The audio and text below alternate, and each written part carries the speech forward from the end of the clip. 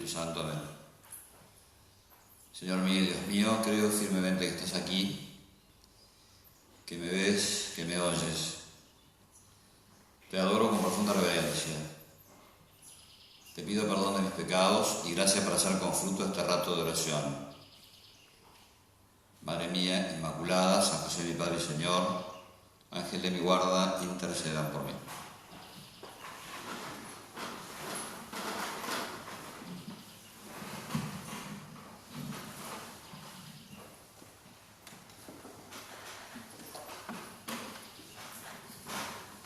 Había dicho Jesús: bienaventurados los mansos, porque ellos poseerán la tierra. Y también dice, en otra oportunidad: aprendan de mí, que soy manso y humilde de corazón. Están vinculadas las dos cosas, la mansedumbre y la humildad. Y también la humildad es fuente de felicidad. También felices los que son humildes, porque hay una realidad que viene como consecuencia de esta virtud, que es la que nos abre, podríamos decir, a la omnipotencia de Dios.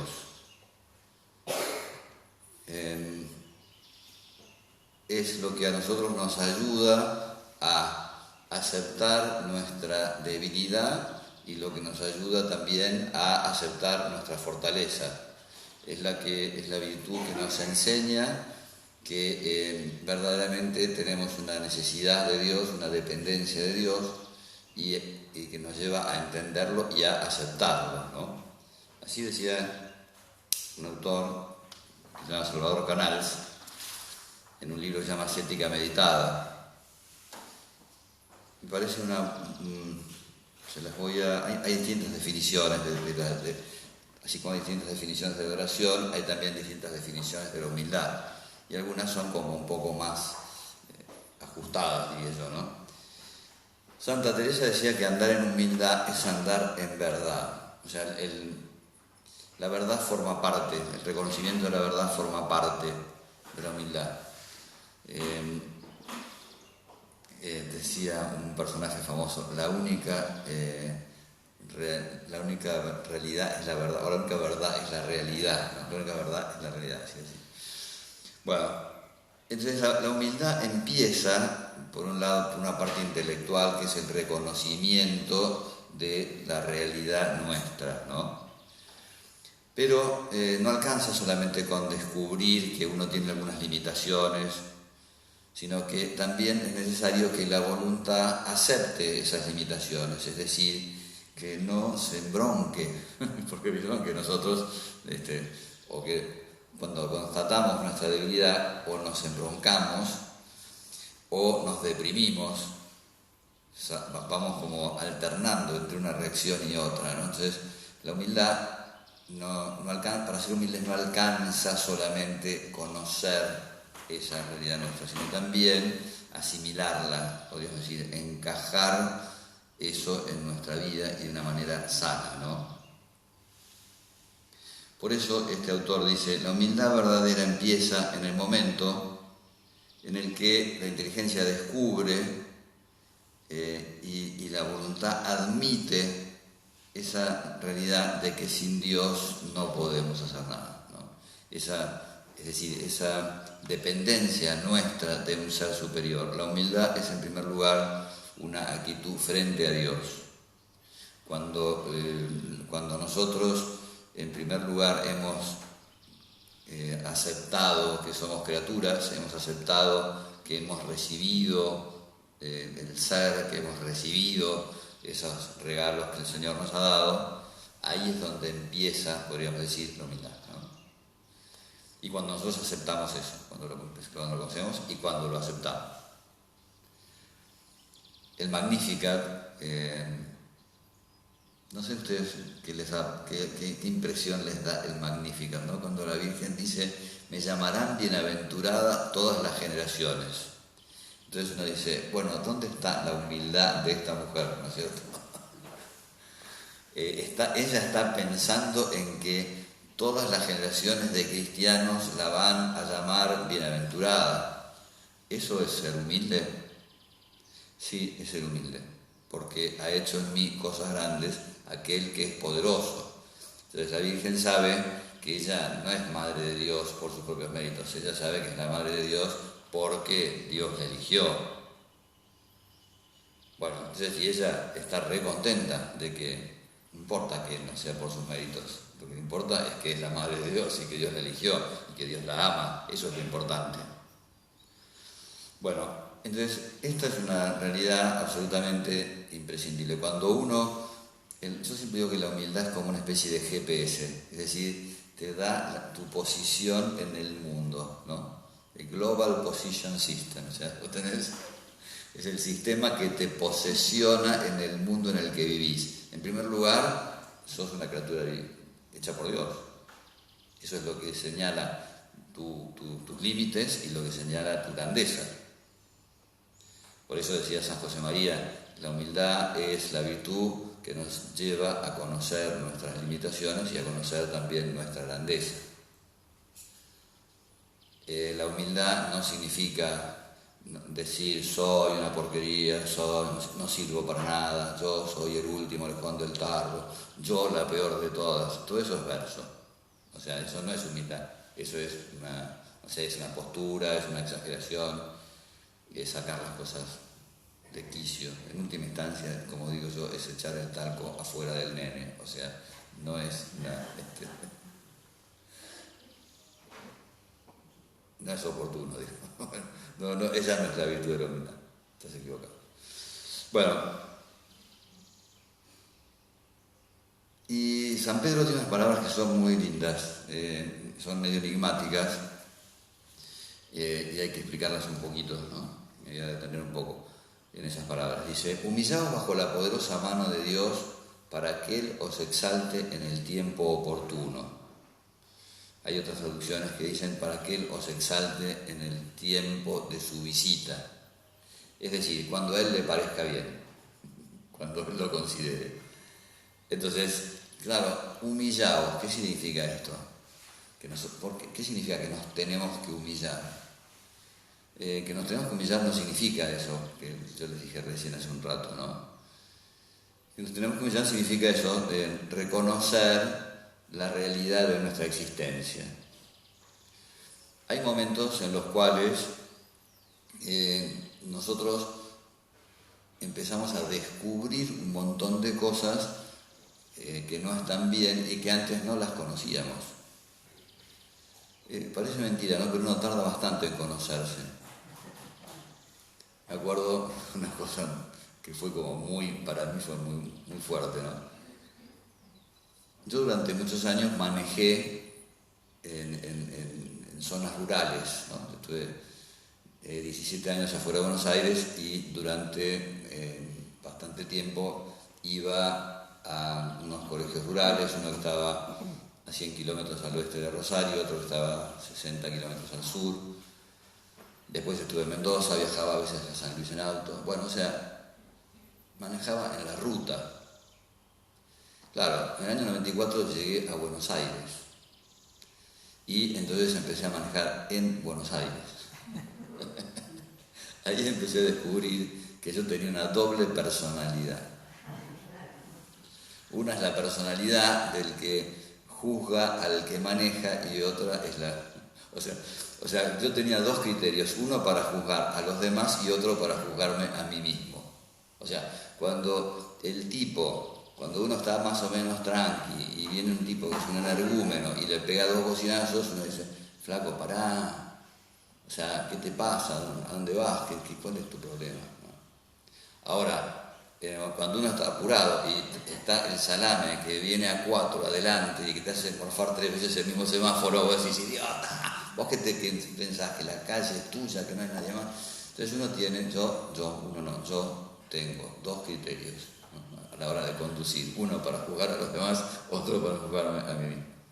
Bueno, hay épocas en las cuales uno empieza a descubrir muchas cosas así, es decir, uno empieza a conocerse un poquito más a fondo y uno dice, no me banco. O sea, no es posible, ¿no? O ya llevo 40 años luchando con este asunto y la cosa sigue igual. Entonces uno, eso, o le agarra la bronca o le agarra la depre, una de dos. Bueno, entonces humillados, ¿qué quiere decir? Humillados quiere decir, mira, bancate a vos mismo, bancate tus limitaciones. Y además, ese bancarte las limitaciones te va a servir para que el Señor después te visite en el tiempo oportuno. Porque Dios lo que hace con eso es prepararnos para que nosotros después estemos en condiciones de recibir todos los regalos que nos quiere dar. La humildad es un requisito para poder administrar los regalos divinos. Hay un libro que se llama Las cartas del diablo a su sobrino, donde el diablo viejo, que se llama Scrutopo, le aconseja a su sobrino Orugario, también diablo, le da instrucciones, ¿no? Le cuenta cómo tiene que hacer para condenar a los mortales y le cuenta también cuáles son las características del enemigo. A Dios lo llama el enemigo, Él es el demonio y Dios es el enemigo. Entonces te voy a contar, mi querido Orugario, te voy a contar cuál es el rasgo más repelente del enemigo. Consideremos que es el demonio el que está hablando, ¿no? Dice, el rasgo más repelente del enemigo es que él de verdad ama a los bípedos implumes que él ha creado. Eso somos nosotros, ¿no? Tenemos 2 patas y no tenemos plumas. O sea, para el demonio el ser humano es una especie de híbrido, es una especie es un espíritu rebajado, ¿no? El demonio es un espíritu puro, nosotros somos para él un espíritu mezclado con carne, es decir, somos seres inferiores. Bueno, el rasgo más repelente es que él de veras los ama. O sea, no hace teatro, él los ama de veras. Entonces dice, con la mano derecha les quita algunos bienes o les muestra algunas cosas, ¿no? Con el objetivo de que ellos se desprendan de su amor propio. Y cuando consigue ese objetivo, cuando consigue que su hijo, ¿no es cierto?, ¿no?, se desprenda del amor propio y aprenda a amar, entonces él con la mano izquierda le devuelve el doble de lo que le había quitado.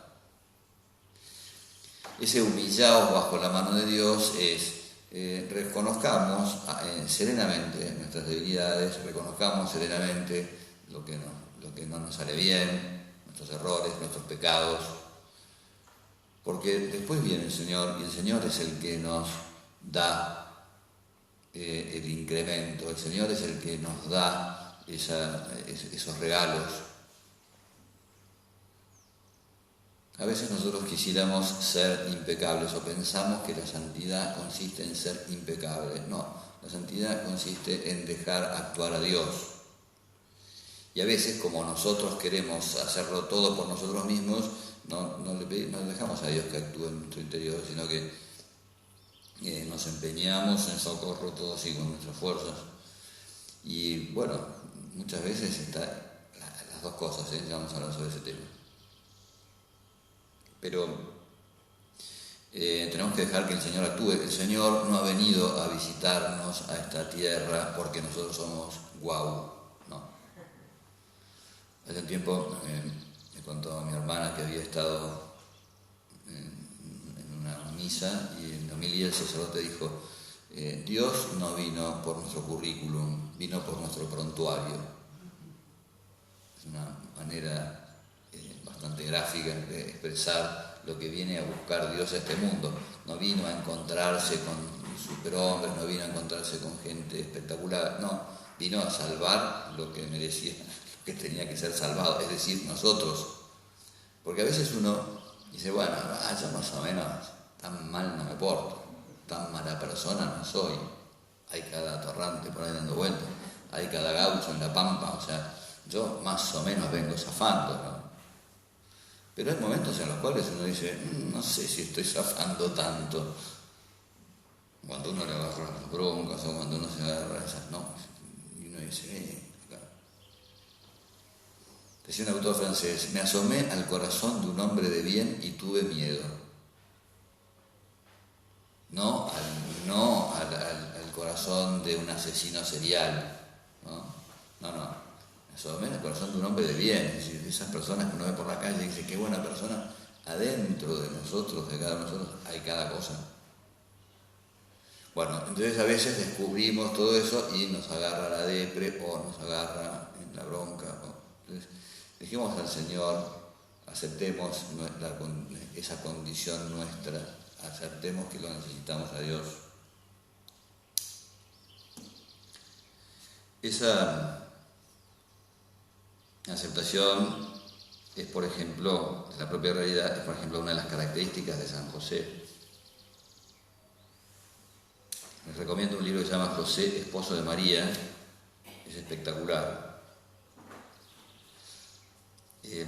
No les voy a poder leer todo lo que dice, pero más o menos lo voy a intentar, ¿no?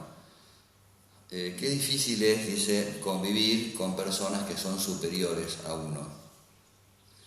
Cuando uno está con personas que son superiores a uno, inmediatamente le surge como la tentación de querer arrimarse, de querer acercarse a su virtud o a sus capacidades. Cuando uno no puede, digamos, cuando uno no tiene capacidades propias, intenta por lo menos disimular las propias limitaciones, ¿no es cierto? O sea, uno intenta ofrecer el mejor perfil posible. Bueno, y entonces estamos muchas veces como muy pendientes, ¿no? de cómo hemos caído, de cómo de nuestra propia imagen, ¿no? Y vivimos muchas veces como esclavos de nuestra propia imagen. A ver si encuentro el modo en el que lo dice, porque lo dice de una manera muy bien, muy buena, ¿no?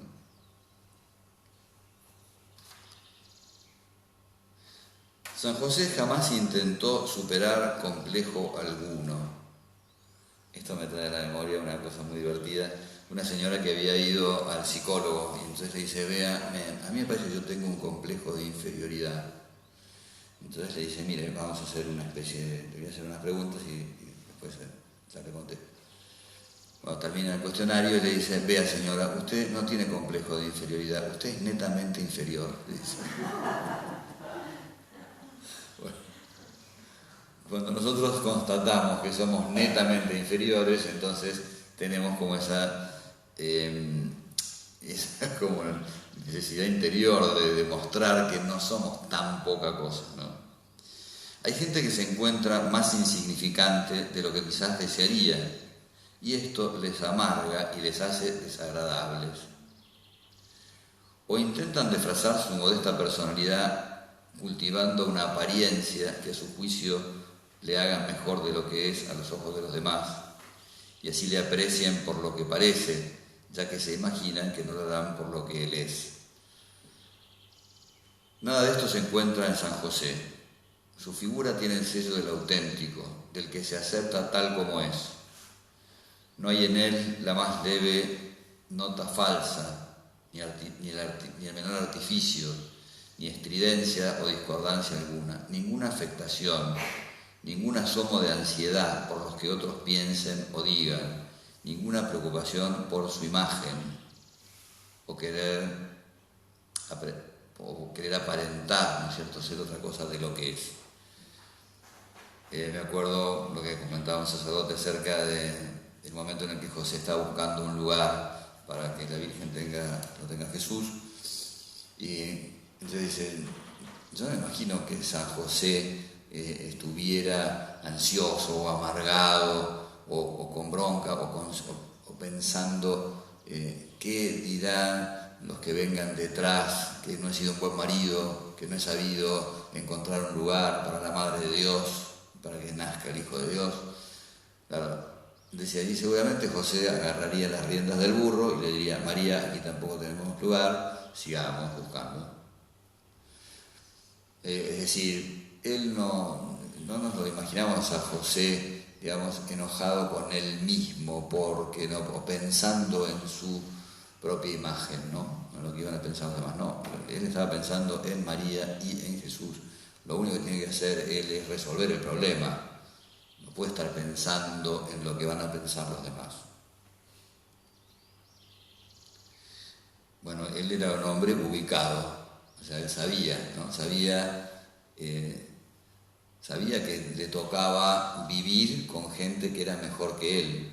No solamente le tocaba vivir, le tocaba gobernar a gente que era mejor que él. Él tenía que decidir, nos vamos a Belén al censo o no vamos a Belén al censo. Él decidía, nos vamos a Egipto o no nos vamos a Egipto. Él decidía, volvemos o no volvemos. Él decidía cómo sustentar a la familia. Él era el que tomaba las decisiones para personas que eran mayores que él, más importantes que él. Además, fíjense ustedes, ¿vieron cuando hay una competencia y uno sale tercero? ¿Cómo te fue en la carrera? ¿Cómo te fue en el torneo?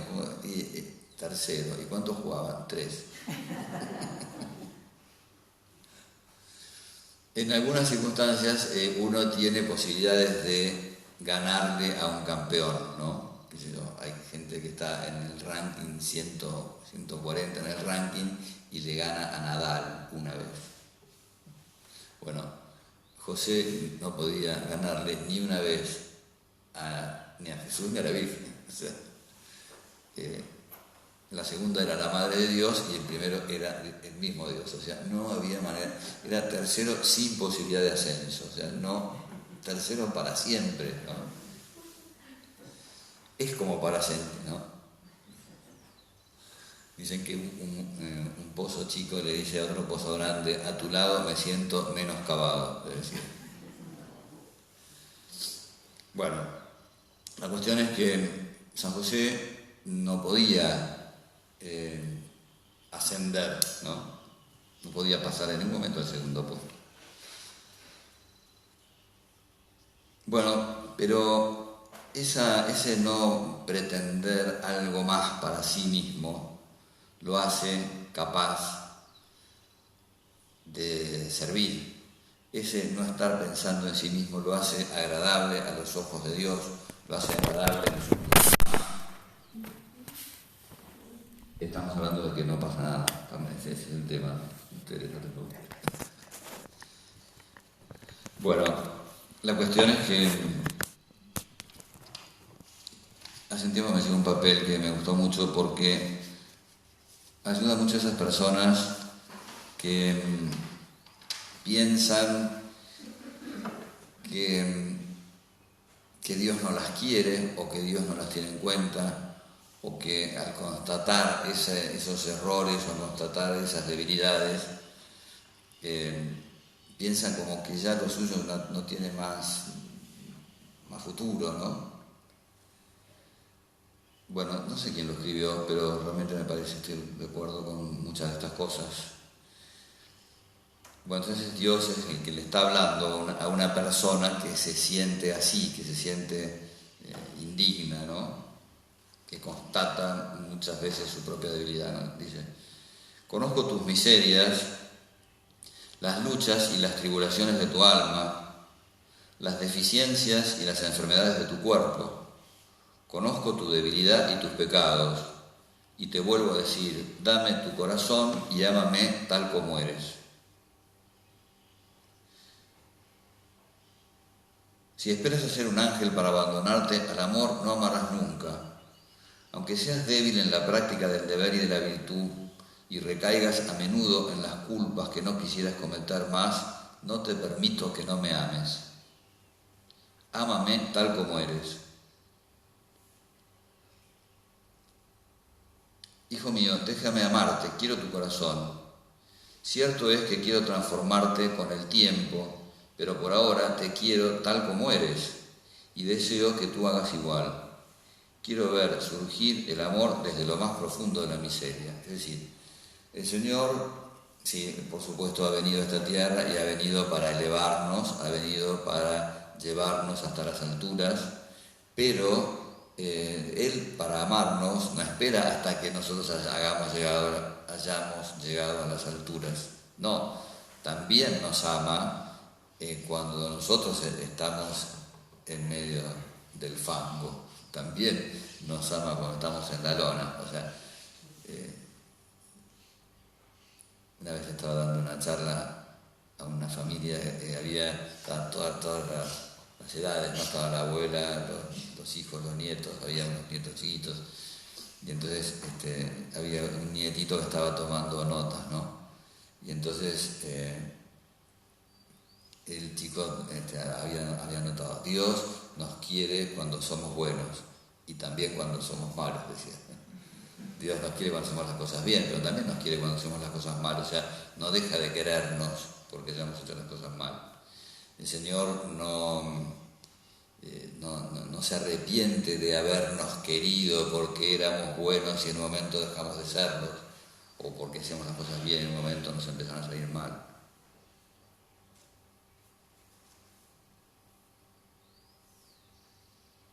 Amo en ti hasta tu debilidad. Amo el amor de los pobres y de los miserables. Quiero que desde las cenizas se alce continuamente un grito: Jesús, te amo.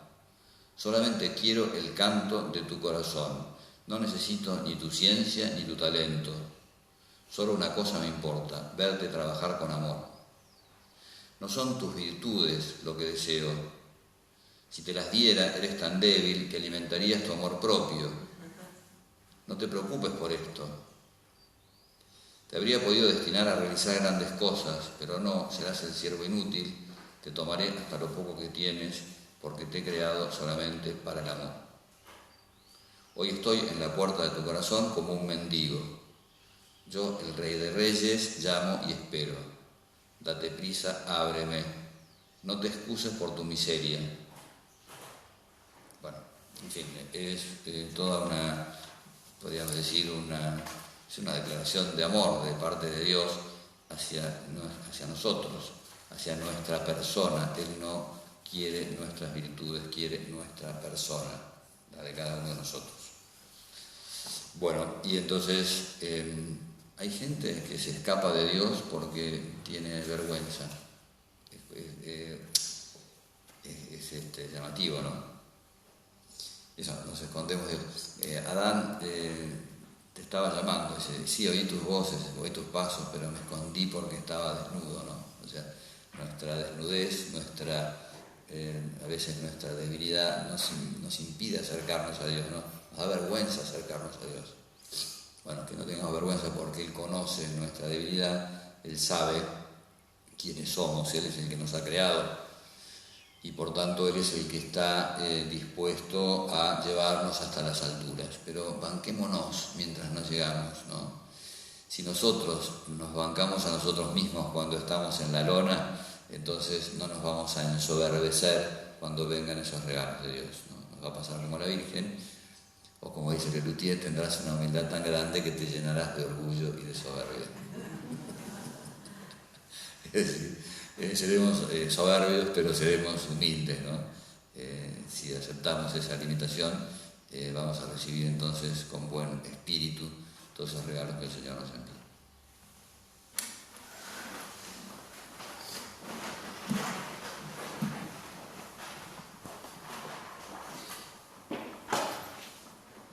Te doy gracias, Dios mío, por buenos propósitos, afectos e inspiraciones que me has comunicado en esta meditación.